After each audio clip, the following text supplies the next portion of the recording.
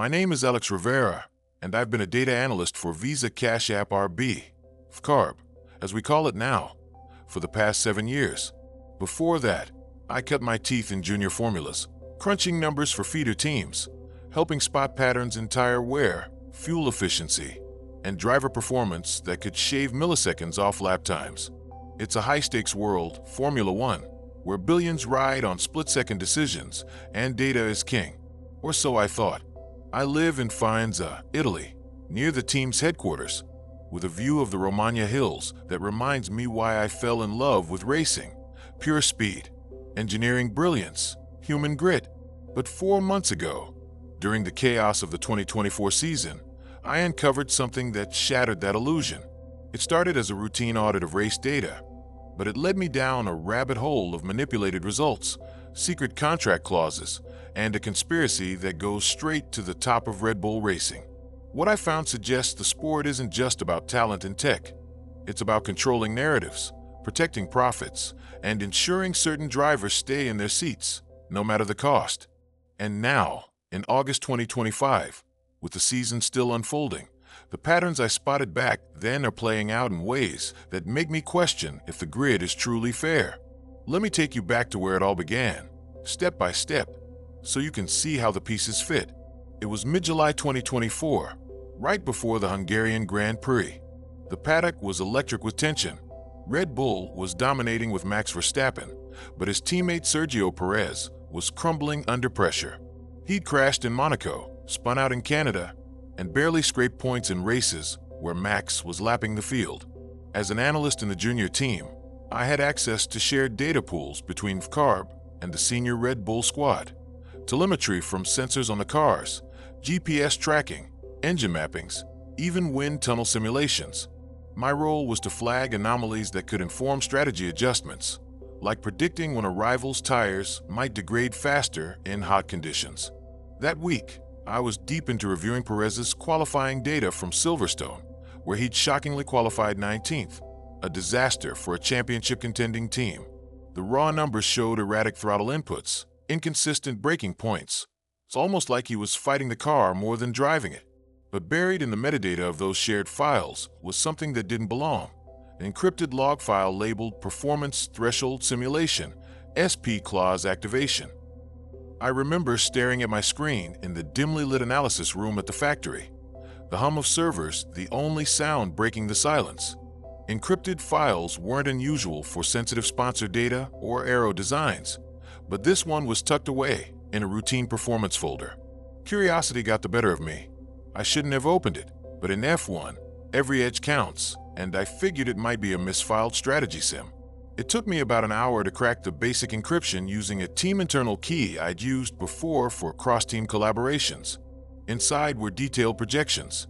If Perez fell more than 100 points behind Verstappen by the summer break, or dropped below 7th in the driver standings, a clause in his contract would activate, allowing Red Bull to demote or replace him without financial penalty.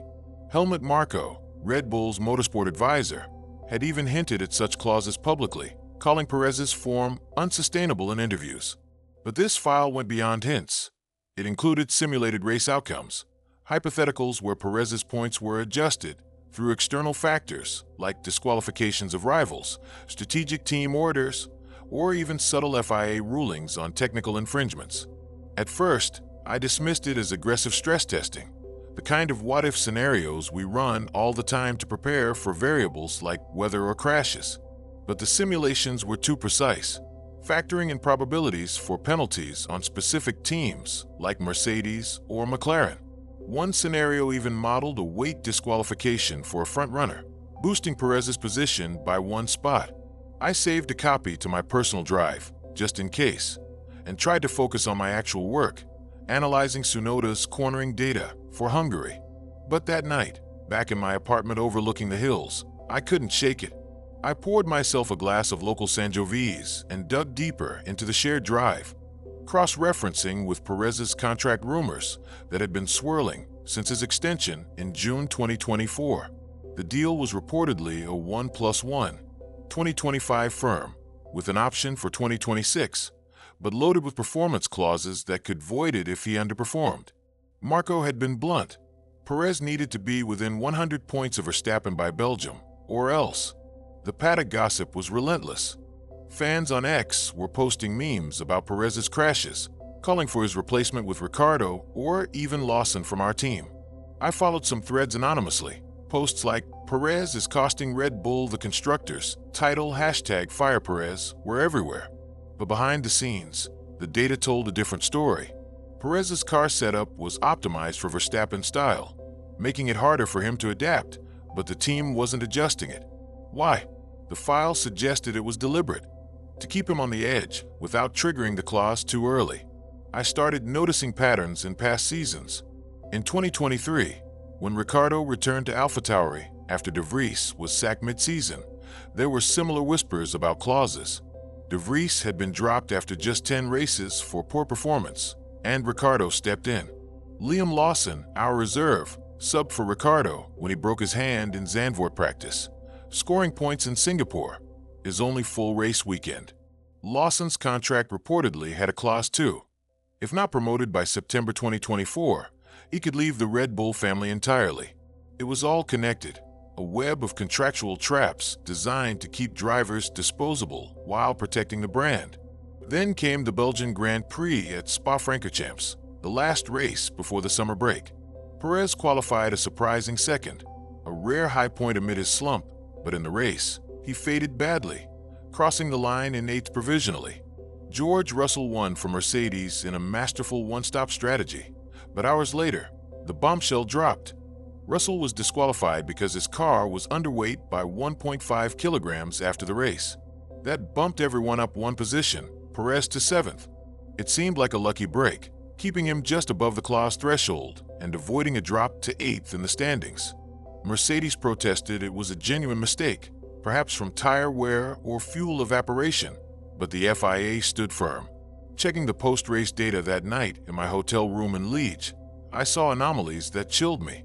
Mercedes telemetry showed the car compliant pre-race, yet the weight check failed post-race. My own simulations, run on our internal software, matched the adjustment projections in that encrypted file almost perfectly. A DQ for a top car, promoting Perez just enough. My hands shook as I compared the numbers. Was this engineered?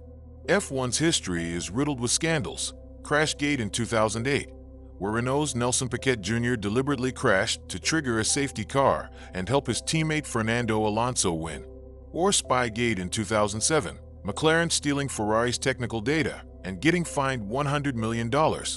If teams could stoop to that, why not subtle tampering with inspections or overlooked rules? I recalled whispers in the paddock about Liberty Media, F1's owners since 2017, pushing for drama to boost TV ratings and revenue, $2.5 billion annually. Perez, being Mexican, was a key asset for the Mexico City GP, a sellout event with massive sponsorships from Telcel and Pemex. Losing him could dent Latin American viewership and merch sales. The next day, back at the factory, I confided in Marko, a veteran mechanic who'd been with the team since the Toro Rosso days. We grabbed coffee in the cafeteria, surrounded by posters of past wins. "Alex, you're seeing ghosts," he said, stirring his espresso. "F1's cutthroat, sure, but rigged like that? Come on, it's not the WWE." But as we talked, he admitted hearing odd instructions. Engineers told to optimize data shares with the FIA, focusing on rival compliance checks. "It's politics," he shrugged. "Horner and Marko play the game hard." Christian Horner, Red Bull's team principal, had defended Perez publicly, but emails I found later from Marko to Horner, dated July 25, 2024, read, "Ensure standing stability pre-break. SP retention critical for Mexico market." Mexico market? It clicked. Perez brought in millions through regional deals, and his father Antonio had even hinted at conspiracies against his son after the shakeup. By August, post-Spa, Red Bull confirmed Perez would stay for the rest of 2024, denying any Liberty Media pressure despite wild theories online. Marko blamed the car being too difficult for Perez, promising a turnaround. Meanwhile, Daniel Ricciardo, our lead driver at FCARB, was performing solidly, P10 in Spa, but rumors swirled he'd replace Perez if the Mexican faltered. Ricciardo himself admitted in interviews he thought a promotion was possible around the Dutch GP. But his form dipped. P13 in Zandvoort, outqualified by teammate Yuki Tsunoda. Whispers said Ricciardo nearly got the nod after the British GP, but a poor weekend scuttled it. I found another file in the drive. Driver rotation projections, 2024 H2. It modeled scenarios where Perez's points were bolstered by rival penalties, keeping him above the threshold. One sim-matched Spa exactly. A Mercedes DQ promoting Perez to 7th. As the season resumed, the tension built. In Zandvoort, Verstappen won from pole, but Perez struggled to P6. Ricciardo, in our car, was P13, solid but not stellar. Fans on X were divided. Some posts claimed Red Bull was sabotaging Perez's car to force the clause, while others saw it as genuine underperformance. I monitored those threads, seeing patterns in coordinated fan accounts pushing for Ricciardo's promotion, perhaps astroturfing by the team. Things escalated in Singapore. Ricciardo qualified 18th and finished 18th, his worst weekend yet. Post-race, he set the fastest lap on fresh tires, denying Lando Norris a bonus point in the title fight. Conspiracy theories exploded. Was this a deliberate Red Bull ploy to help Verstappen? Ricciardo's interviews sounded like a farewell, cryptic about unfinished business. Days later, RB announced Lawson would replace him immediately. Lawson's contract had a clause: promote by September 2024 or he could leave. Tsunoda stayed locked in, but data showed him destroyed by teammates in some metrics. Yet he outqualified Ricciardo often. That's when it got personal for me. An anonymous email hit my inbox. Stop digging into performance logs. Focus on your job. Attached, a screenshot of my access history. My pulse raced. Who was watching? I started noticing glitches. Laptop freezing during analyses. Files vanishing from my drive. At the US GP in Austin, I overheard Marko and Horner in the garage. Lawson integration smooth. Perez stable, market intact. Perez finished 6th, but Lawson's debut was impressive, P9 from P19. I dug into F1's darker history for context, the 2021 Abu Dhabi finale, where race director Michael Massey's controversial decisions handed Verstappen the title amid safety car chaos, or the 2007 Spygate, costing McLaren $100 million. Now this. Forums buzzed with theories that Red Bull pressured the FIA for Russell's DQ to save Perez's seat and his commercial value. X posts from fans fueled it. One claimed Red Bull's subtle institutional skullduggery was at play, tying into off-season Horner scandals. By November 2024, Lawson's promotion to Red Bull for 2025 was official, partnering Verstappen after Perez's eventual parting. Red Bull paid a fortune to terminate his contract early, despite the extension. But 2025 brought twists. Lawson's form dipped after a strong start, and by March, Red Bull demoted him after just 2 races, promoting Tsunoda. Marko admitted it was a mistake, promoting Lawson too soon. Tsunoda scored only 2 points early, costing Red Bull sponsors and cash from Perez's clause payout. Horner faced sacking rumors amid poor performance and internal divisions. Ricciardo, post-sacking, dismissed return rumors, but theories persisted. Horner had protected him longer than deserved, intervening to delay his axing. The patterns continued into 2025, with the current date being August 6th, 2025. The season has seen more drama. Verstappen dominating, but Red Bull slipping in constructors due to inconsistent second drivers. Tsunoda's promotion was short-lived. Recent races like Hungary showed him struggling, with Marko warning that contracts mean nothing without performance. Fans on X are posting about the curse of the second seat, with threads linking it back to the 2024 clause saga. I compiled my evidence, screenshots, logs, emails, and leaked it anonymously on Reddit's r/Formula 1. The Perez clause conspiracy. How Red Bull rigged 2024 standings. It exploded. Thousands of upvotes, debates raging. But then my access was revoked. HR called me in for a security breach meeting. Alex, irregular queries noted. Consider this a warning. I knew it was them, perhaps even Horner, fighting for his job. The deeper truth? F1 is a business empire. Red Bull spends $300 million yearly. Liberty rakes billions. Perez's retention was about markets, Mexico GP sellouts, sponsorships. Ricciardo, the honey badger fan favorite, was sacrificial. His persona didn't outweigh commercial logic. Lawson fit the young, marketable narrative until he didn't, leading to his quick demotion. Now, on leave, in August 2025, I watch from afar as Perez struggles elsewhere, Marko admitting he might be dropped again. But the system persists. Clauses, manipulations, power plays. Have you noticed odd DQs favoring big teams? Strange swaps mid-season? Share below. If you're in F1, check your data.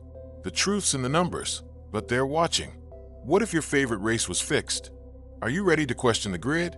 Looking back, the signs were there all along. In 2023, when De Vries was axed, it set the precedent for mid-season firings based on clauses. De Vries had shown promise in Monza 2022, replacing Albon, but 10 races into 2023, he was gone.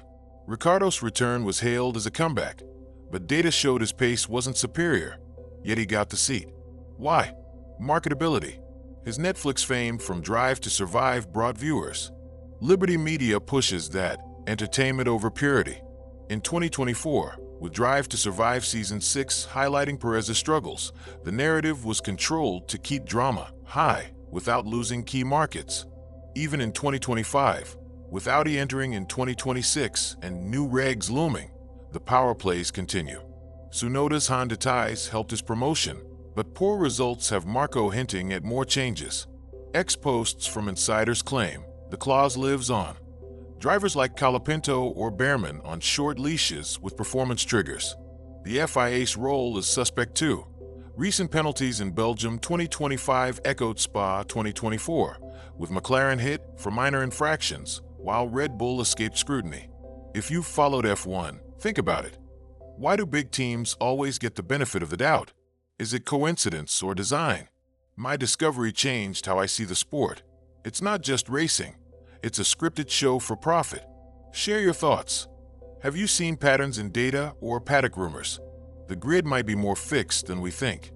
As I sit here in Faenza, watching the 2025 Italian GP approach, the memories flood back with new clarity. The current season has been a mirror of 2024's chaos. Verstappen clinched early wins in Bahrain and Saudi Arabia, but Red Bull's second seat remains a revolving door. Tsunoda's promotion in March was heralded as a fresh start, but by Silverstone in July 2025, he was under fire. P14 average finishes, with Marko publicly stating performance clauses are there for a reason. Fans on X exploded again, with threads like Red Bull's driver musical chairs, #clause curse, gaining traction, linking it to Perez's saga. One post from a verified insider claimed, internal sims show clause activations planned for Monza if Tsunoda falters, sponsors demanding stability. Digging deeper into my archive files, I found more. A 2025 projection log, similar to the 2024 one, modeling market retention through penalties on Ferrari and McLaren. In Hungary 2025, Leclerc was hit with a 5-second penalty for a minor track limits violation, boosting Tsunoda to P8, just enough to avoid a mid-season review. Coincidence? The data matched the sims too closely. Liberty Media's influence looms larger now, with record viewership in Asia thanks to Tsunoda's Japanese roots and Honda ties. Dropping him could hurt partnerships ahead of the 2026 regs. Horner, surviving the sack rumors, has been vocal about team unity, but leaks suggest he's clashing with Marko over driver choices. Reflecting on my leak, the Reddit post sparked investigations. Fans crowdsourced data, spotting anomalies in FIA decisions. One analysis showed 70% of 2024 to 2025 penalties favored top teams, like Red Bull. Is the FIA complicit? History says yes. The 2019 Ferrari engine scandal, where they escaped full punishment amid settlement deals. Or the 2022 porpoising rules changed mid-season, benefiting Mercedes rivals. The personal toll has been heavy. After the warning, I went on voluntary leave, but emails from headhunters offered jobs at rival teams, perhaps to silence me. Marko, my confidant, distanced himself.